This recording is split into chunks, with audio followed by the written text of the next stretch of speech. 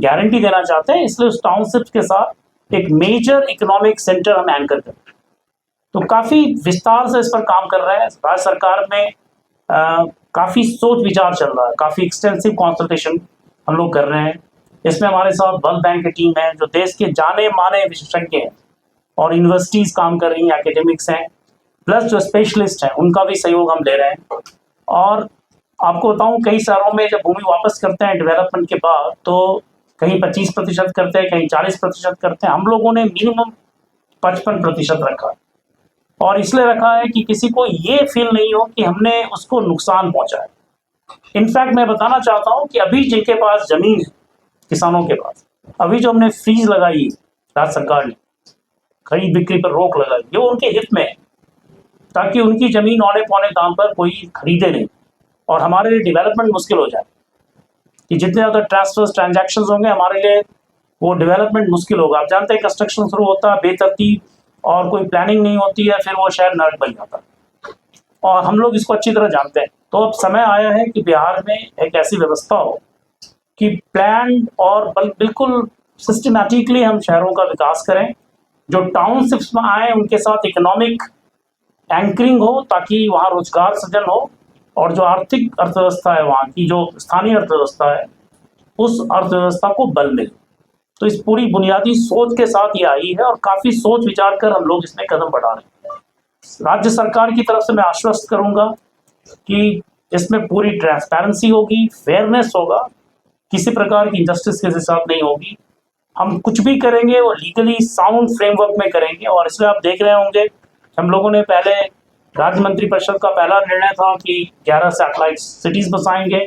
उसके बाद हम लोगों ने काफ़ी एक्सटेंसिव रिसर्च के बाद ऐसे एरियाज को चुना है जहां फ्लड की शिकायत कम से कम हो, खुली हुई जगह उपलब्ध हो, जहां पर अभी वहां के जो निकटवर्ती शहर है वहां से जाने में आधे घंटे का टाइम हो, जो राष्ट्रीय बहुत सारी परियोजनाएं आ रही हैं, हाई स्पीड कॉरिडोर्स की, एक्सेस कंट्रोल हाईवेज की, एक्सप्रेसवेज की, उसको हम लीवरेज करें। साथ ही जो राज्य सरकार की अपनी योजनाएं हैं उसको भी हम लोग लीवरेज करें, और उसको इस तरह से हम बनाएं कि हर एक सैटेलाइट सिटी के साथ एक मजबूत आर्थिक बुनियाद हो।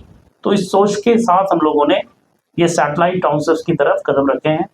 आगे आने वाले दिनों में हम और भी आपको साझा करेंगे। इनफैक्ट हर एक स्कीम आपके साथ लाई जाएगी, और हम आपको पूरी जानकारी देंगे, ताकि इसके बारे में किसी प्रकार की भ्रांति, गलतफहमी वगैरह नहीं हो।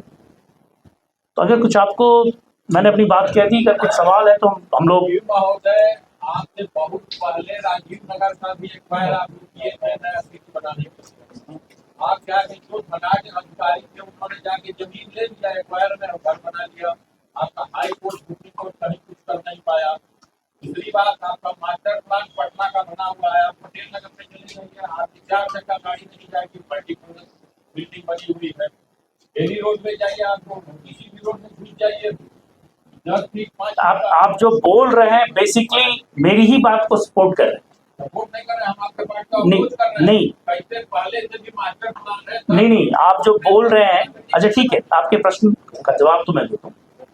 आप जो बोल रहे हैं मैं उसको ये मानता हूँ कि सुनियोजित शहर की जरूरत है, और उसको क्रियान्वित करने में कमी रहती है। और क्रियान्वित करने की कमी ये होती है कि आमतौर पर जब मास्टर प्लान बनता है तो हम लोग पहले बिल्टअप स्पेस ही ज़्यादा ले लेते हैं, तो वहाँ डेवलपमेंट होता नहीं, वहाँ रीडेवलपमेंट की ज़रूरत पड़ती है। बनी बनाई संरचनाएं हैं, उसको अब तोड़ेंगे, बिगाड़ेंगे, इसलिए सैटेलाइट टाउनशिप से शुरुआत हो रही है। पटना शहर में सीधे आकर रीडेवलपमेंट करना बहुत ही मुश्किल होगा, आप सभी अवगत हैं इस बात से, और यह व्यवहारिक बात है। रही बात एक्सक्यूशन में बड़ी, राजीव नगर एक अलग कहानी है, वो हाउसिंग बोर्ड के लिए, हाउसिंग यूनिट्स के लिए बनाएंगे। हम सैटेलाइट सिटीज की बात कर रहे हैं, हम कोई हाउसिंग कॉलोनीज की बात नहीं कर रहे। सर, ये जो आपने कहा कि जमीन जो नई लैंड पूलिंग में देना चाहेंगे आप लोग उनको, उसकी जमीन खरीदेंगे, तो क्या उसका रेट होगा सर जमीन खरीदने का? देखिए, वो तो लैंड पूलिंग स्कीम अलग अलग इलाके में आएगी, और एग्जैक्ट रेट मार्केट वैल्यू के साथ लिंक होगा जमीन का, ताकि किसी के साथ नाइंसाफी नहीं हो। इतना मल्टीपल टाइम्स, तो उसके साथ हम उसके साथ इंसेंटिवाइज करेंगे TDR देकर, ट्रांसफर डेवलपमेंट राइट देकर, तो कम से कम 4 गुना तो हम सुनिश्चित करें। ये ड्राफ्ट ड्राफ्ट की बात कही थी कि आपने कि ड्राफ्ट से शुरू होगा काम टाउनशिप का, ये ड्राफ्ट कब तक बनेगा और किस टाउनशिप का पहले काम शुरू होगा? ये हम लोगों की कोशिश होगी कि अक्टूबर नवंबर तक हमारे ड्राफ्ट प्लान सब जगह आ जाए जहाँ पर है, और प्रक्रिया इनिशिएट करने के बाद ड्राफ्ट प्लान जैसे आता है और टाउनशिप स्कीम्स लोग सहमति देने लगते हैं, उसके बाद हम फ्रीज उसको हटाते जाएंगे। हमने मार्च तक का समय रखा था, बट हम उसकी फ्रीज हटाएंगे और जो ड्राफ्ट प्लान के अनुसार हमें देना चाहेंगे तो उनको पहले फेज में ही हम उनकी जमीन लेंगे, और ड्राफ्ट प्लान के साथ अगर कोई विरोध होता है या किसी प्रकार का डिफरेंस होता है तो वैसी सूरत में हमारे पास नेगोशिएटेड परचेज के इंस्ट्रूमेंट अवेलेबल है। आखिरी सूरत में अगर कोई उपाय नहीं बचता और लेना जमीन जरूरी होगी तो लैंड एक्विजिशन की कार्रवाई सबसे लास्ट में। अच्छा, दूसरी बात सर कि ये जो टाउनशिप बस रहा है सर, वो बहुत सारी तो अकोमोडेट करेंगे, जब प्लान बनेगा तो उस तरह से बनाएंगे। जिनका पहले से घर है सर उसका क्या होगा? जिनका पहले मैं वही बता रहा हूँ कि जब टाउनशिप प्लान बनेगी तो हम आमतौर पर अनबिल्ट एरिया बनाना चाहते हैं जहाँ पर कुछ नहीं है। तो ऐसा नहीं है कि बिहार में हर जगह पर खुली जगह ही 100% है, तो कुछ कंस्ट्रक्शन होंगे वहाँ पर, उसके बारे में स्पेसिफिक स्कीम में उसको अकोमोडेट करें। महोदय, आपने कहा वर्ल्ड बैंक से सहयोग लिया है, वर्ल्ड बैंक से कितना सहयोग लिया है? नहीं, वर्ल्ड बैंक का सहयोग इसके लिए नहीं है, टाउनशिप के लिए। वर्ल्ड बैंक के एक्सपर्ट से हम कोलैबोरेशन में हैं, हम ये बता, वर्ल्ड बैंक के साथ हम काम कर रहे हैं बट अन्य परियोजनाओं पर काम कर रहे हैं। सर, कई किसानों से बात हुई है जो छोटे किसान है, 4 कट्ठा 5 कट्ठा जमीन है, आप लंबे समय के लिए आप खरीद बिक्री पर रोक लगा दी है। कई लोगों का यह भी कहना है कि अभी हमको बेटी की शादी करनी है, क्या इमरजेंसी हम कैसे बेच पाएंगे? देखिए, हम लोगों ने पूरे इलाके में तो रोक नहीं लगाई है, कई समाचार पत्रों में यह भ्रामक खबर आई थी, कई मीडिया में, सोशल मीडिया में। तो सबसे पहले तो हम लोगों ने कुछ गांव की लिस्ट के साथ रजिस्ट्री ऑफिस को भेजे हैं जहाँ पर हमारी रोक है। तो इलाका बहुत ही छोटा है, करीब 10,000 एकड़ के आसपास 11 सैटेलाइट्स, एक सैटेलाइट सिटी के लिए है। नंबर 1, तो बहुत बड़े इलाके को हमने भी नहीं छेड़ा है। नंबर 2 कि ये रोक भी अस्थायी तौर पर लगाई, तब तक हमारी टाउन प्लानिंग स्कीम आ जाए। तो जो लैंड को डिस्पोज करना चाहते हैं वो टाउन प्लानिंग स्कीम में जो हमारी मॉडल्स हैं उसके हिसाब से वो डिस्पोज कर सकें। इस काम को भी हम अक्टूबर तक टाउन प्लानिंग स्कीम का ड्राफ्ट लाना चाह रहे हैं, तो एक मैंने टेंटेटिव टाइमलाइन दिया है, तो उनको बहुत दिनों तक इसमें मुश्किल नहीं। अभी तक तो प्रेस रिलीज नहीं किया गया है सर, क्या किस चीज़ का प्रेस रिलीज? और दूसरी बात यह है नहीं, प्रेस जी, और खाता खसरा के साथ पूरा डिटेल हम लोग प्रकाशित करेंगे पहले प्रारूप में जो टाउन प्लानिंग स्कीम हो, और उसमें लोगों से सहमति और ऑब्जेक्शन हम इन्वाइट करें। ये पूरी बिल्कुल लीगल प्रोसीजर है।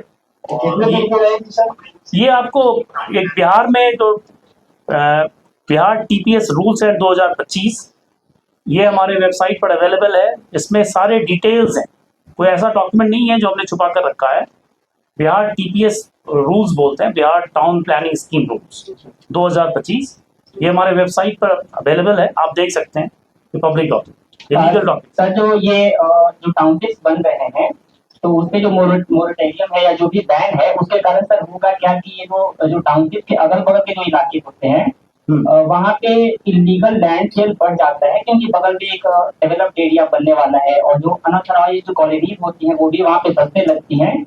तो ये चीज मुझे लगता है कि बहुत जल्दी सेटअप हो जाएगा, ये चीज आ जाएगा। तो इस चीज के लिए आपका क्या प्लान है सर? देखिए, हमारे 43 जगहों के लिए हम लोगों ने ऐसे ही मास्टर प्लान इनिशिएट कर रखा है।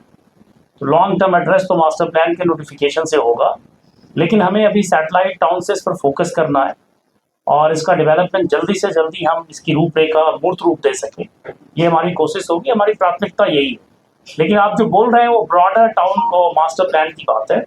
मास्टर प्लान भी और मास्टर प्लान को इन्फोर्स करने वाली जो अथॉरिटी, प्लानिंग अथॉरिटी है, उनको सशक्त बनाने की बात। ये 2 चीजें ऐसी हैं जिस पर अभी उनको कुछ काम करना है और हम लोग वो भी साथ में कर रहे हैं। सर, मेरा सवाल ये है कि अगर टाउनशिप के अगल बगल जो इलीगल, हाँ, आपकी बात समझ में आ गया, वो प्रॉब्लम है सर। आप सही बता रहे हैं, इसलिए मैंने बोला कि बिहार में 43 शहरों के मास्टर प्लान बन रहे हैं, ये सब कवर्ड है, 11 के 11 वहाँ। तो लेकिन कहीं ना कहीं तो हमें एरिया को डिमार्केट करके एक सैटेलाइट सिटी की नींव रखनी पड़ी। तो हम कहीं जब भी बनाएंगे, चाहे हम छोटे से बनाएं या बड़ा सा बनाएं, उसके चारों तरफ बफर एरिया के बाद लैंड रहेगा जहां पर खरीद बिक्री पर हमने रोक नहीं लगाई है। तो वैसी सूरत में इस क्वेश्चन को अभी एड्रेस नहीं कर पाए। सर कोर एरिया और स्पेशल एरिया दो चिन्हित हुए हैं, दोनों में अंतर क्या है? और ये जो पहला टाउनशिप है वो तो कोर एरिया में ही होगा ना? नहीं, वही कोर एरिया है जहां सबसे पहले हम लैंड पूलिंग की स्कीम लाएंगे और निर्माण शुरू करेंगे। पूरे टाउनशिप का नाम स्पेशल एरिया है और पूरा एक बार हम मैप पर उन्हें बता देंगे कि हम क्या करने जा रहे हैं, कौन कौन सी सड़क बनने जा रही है, किस तरह का ग्रिड हम बना रहे हैं, कहाँ स्कूल बना रहे हैं, कहाँ कॉलेज बना रहे हैं, ये सब चीजें हम पहले उनको बताएंगे। इसलिए प्लान पूरे स्पेशल एरिया का होगा, लेकिन कोर एरिया से शुरुआत। Big dreams need the right foundation. At Vidya Vihar Residential School, holistic education goes beyond classrooms. World-class facilities, caring houses, nutritious food, advanced labs, vast playgrounds, and inspiring mentors come together to nurture every child. Here, learning is balanced, values are lived, and every student truly belongs. Vidya Vihar Residential School, where learning transforms futures.